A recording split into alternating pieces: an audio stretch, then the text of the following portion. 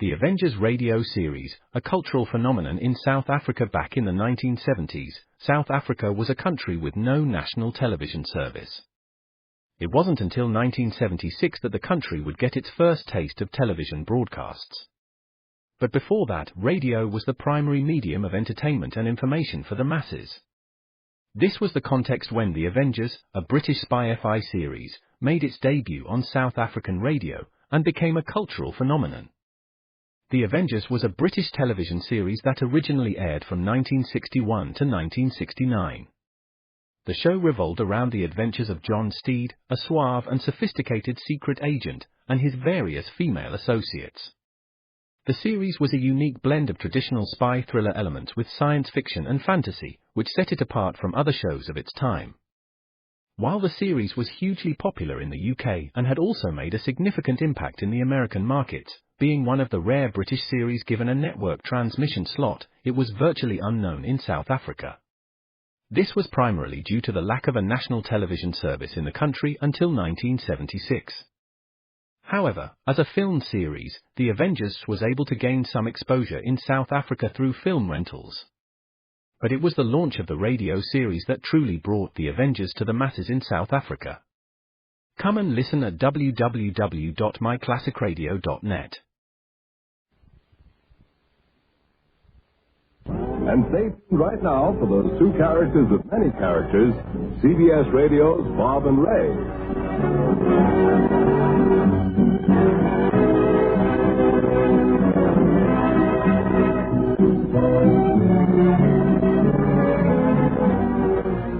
Now, Bob, Elliott, and Ray Goulding present the CBS Radio Network. Friends, sitting beside me is Phil Fish, Bob and Ray's overseas correspondent, who's back for our year-end get-together. We talk about what has passed during the past 12 months and kind of look forward to the next 12. Phil, welcome back home for the holiday season. Thank you very much, Ray. And again, congratulations. Where's to Bob? Well done.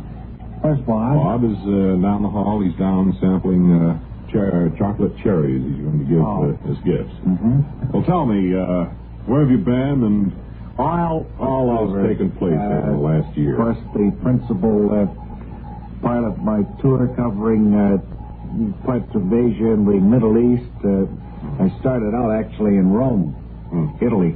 Well, you know Then I hit Ankara and Karachi, Kabul. Well, New Delhi, where? New Delhi.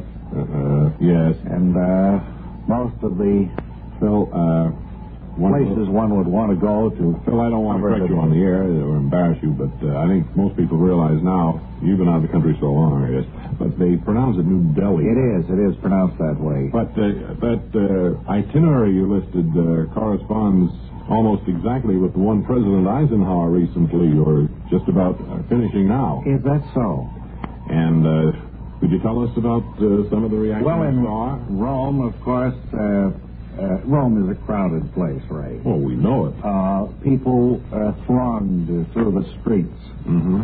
There was a gay atmosphere, probably in contemplation of the Yule season. Bill, what was the name of that castle that the President put up in while in Rome? Gee, you've got me, Ray. Guerrero, or something like that? You certainly have got me on that one. What was the reaction of the people? Time in the Borghese Gardens, which are very beautiful this time of year. Phil? And the Putin. What was the reaction to the President? I know it was rainy weather in Rome, and it's old news. I had beautiful weather. The sun was out a good deal of the time. It was cold. But, how about Ankara? Was the reception there good? Ankara, I got one of the best receptions I think a newsman has ever been accorded.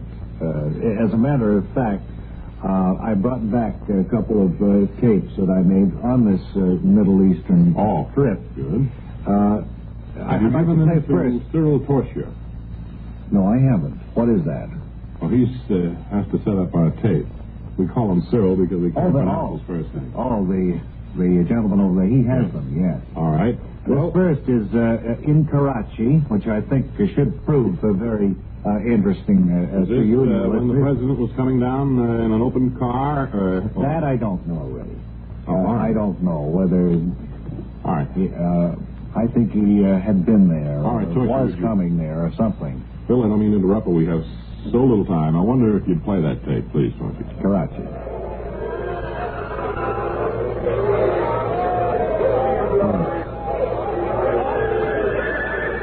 Bill, maybe you can tell us what's going on. Can't you just feel the excitement there, Ray? Almost, yes, you can almost smell the assorted odors which permeate the area of the marketplace in Karachi. Bill, I know this is no time to criticize you, nor do I want you to misinterpret what I'm saying. But I think you pooped on your trip. We had some delightful curry in Kabul, Ray, which I brought back the recipes for. Wonderful. Your listeners might enjoy trying some of them out later. I'll leave a copy of them with you. Sure. The other tape I brought is one of the hit songs right now being played throughout the Middle East. Oh? And it's called Sonali Sonali. Oh, and beautiful sounding. It has a catchy rhythm, a rather tricky lyrics, which are hard to understand, but nevertheless, they stick with you. Cyril, if you would, please.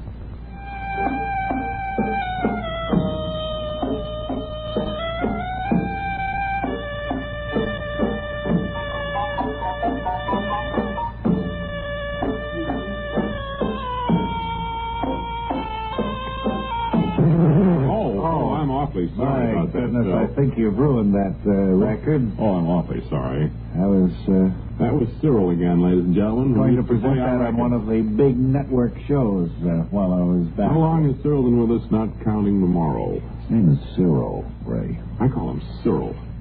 Well, if you don't mind. Okay. You finished with Phil? I've just spent a few minutes with Phil Fish, and you should do it sometime. Yeah. Well, why don't we fire him? No, it's Phil, too close to Christmas. No, right. No, not around Christmas time. Well, okay. I tell you what is proper around Christmas time, a word from Yardley. Right, yeah, if you would, please. Gifts that by Yardley, almost Christmas, no time to lose. Lots and lots of gifts to choose. Is it too late? Hardly. Give him, give her a gift set by Yardley. For her, there's a beautiful array of all-new Yardley gifts from $1.50 to $13.50. For instance, there's the Yardley soap set with 2 cakes each of delicate English lavender, romantic crushed carnation, and glamorous red roses. It's priced $3.50. Or there's a red roses cologne and dusting powder set only $4. All prices plus tax. Yardley at all fine stores. Give him, give her a gift set by Yardley.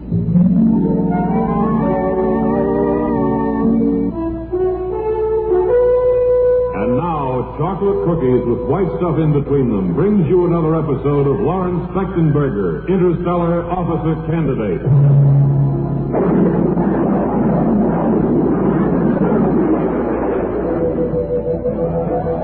In our last episode, we learned that the little people of Polaris were planning an attack on Earth. And the commandant of the Interstellar Space Academy ordered all available personnel to stand by. Now, it's a few hours later in the commandant's office as Lawrence Fechtenberger, Mug Mellish, and Billy Headstrong stand by, waiting for further action. We hear Standing by, sir, for further instructions. You understand, Fechtenberger, what we're up against. The Polarisans are planning an attack. Have they left people? Polaris? Just a moment. Sorry, sir. The little people are real, as you said, Fechtenberger, and my hat's off to you. Yes, sir. Wow, now, what an honor. Just a moment, please, there, Billy. Let the commandant finish with the instructions. Well, we have got to launch a counteroffensive. We're doing everything we can to get all of the available ships on the launching... Mellish, wake up. What? What, I missed anything, Fechtenberger? Mellish was nodding in the corner, Commandant. Yes, I noticed he was.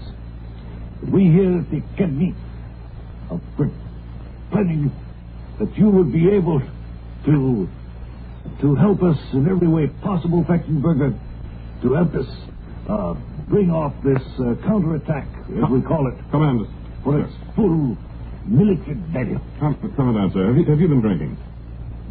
I mean, what do you mean by that? Well, it's just that I can't understand what you're saying. Head nor tail, I can't make any sense out of it. Just a minute, I'm getting a light on my scanoscope here. There, the picture's coming in more clearly. There are the ships lined up on the launching platform. You'll be in ship number 8. Number 8, yes, sir. You'll take Fechtenberger and Headstrong along with you. And good luck to you. Gee whiz, you mean you gave the assignment to young Headstrong? I gave the assignment to young Mellish. He'll be in charge here. Sir, I don't mean... Great honor, Commandant. I think you're making a mistake. Fellas, let's get out of the Commandant's office, please. This is a little embarrassing. He meant you, Fechtenberger, I'm sure. Oh, yeah, I don't care what he meant. Nothing. Get out of here. What is it, The next plane, or taking off in 2 minutes. Wow. You mean they're The actually rocket. taking off for Polaris now? We're to go in rocket number 8. 1 minute, it's going to take off. I think that's the one with that Ordway girl. Oh, you mean Jed Ordway? That's right. Do you know her too, Headstrong? Yeah, I met her the other day in the rec hall. She's the darling of the co-eds here at the Academy. Let's go down and stand by while this ship takes off, Fechtenberger. I'd like to see how they do it. Watch it. Down to 14. Sure is exciting, Lawrence. They'll be leaving now in, 5 more digits. 3. 2 at least. There we go.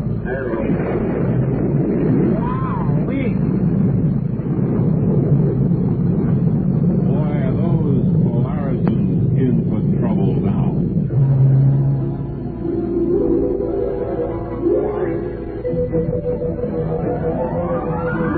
And so, Lawrence Fechtenberger, Mug Mellish, Billy Headstrong, and Jed Ordway will be taking off to launch the counterattack against the Polarisans.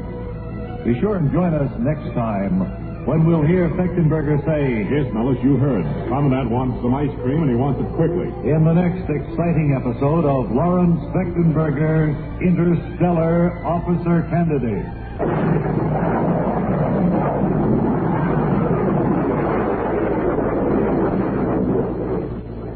Say, you remember a few days ago we were mentioning a CBS radio show called Christmas Sing with Bing? Yeah, I recall something of the sort, yeah. Well, you know it's still coming. Christmas Eve, isn't it? Did anyone ever tell you? What? I mean, you have the memory of an elephant. Oh, yeah. It's Christmas Eve for the traditional Christmas Sing with Bing. An hour's worth of seasonal songs from Bing Crosby and choral groups from around the world. I understand the Reykjavik PTA chorale has just been booked.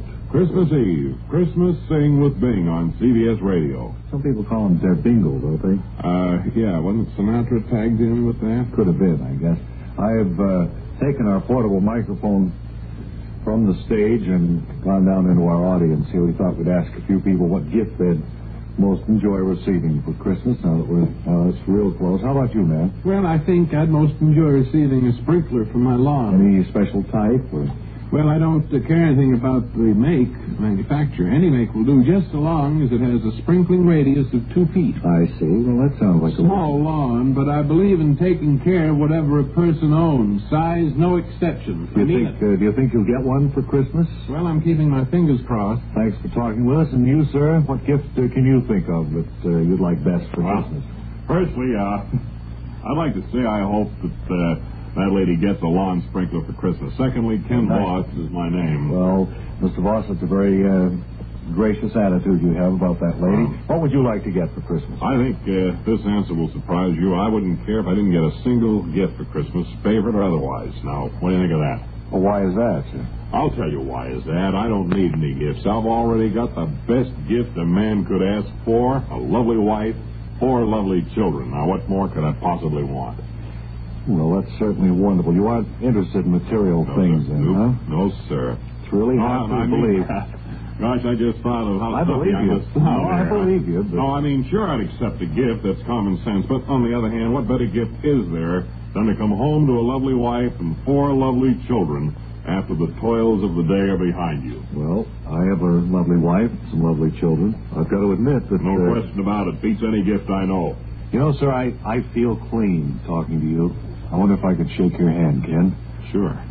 Gosh, I ought to call Sue and the kids and tell them about what a nice guy I met here. Where are they, Ken? They're out in Minneapolis. That's where our home is.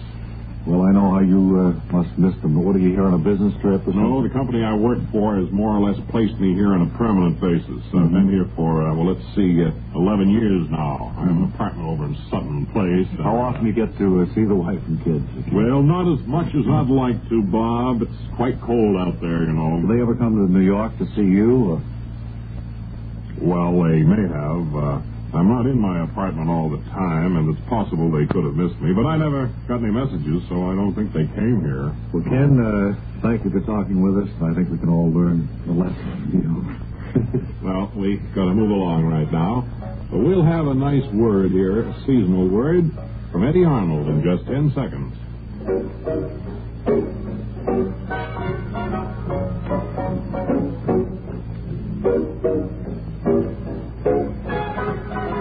Arnold, please. Howdy, friends. This is Eddie Arnold. You know, I'm getting my Christmas greetings out a little early this year, and sure do hope you'll like them. Right. Thank you. Until that next time, this is Ray Goulding reminding you to write if you get work. Bob Elliott reminding you to hang by your thumbs. This is the CBS Radio Network. This is the CBS Radio Network.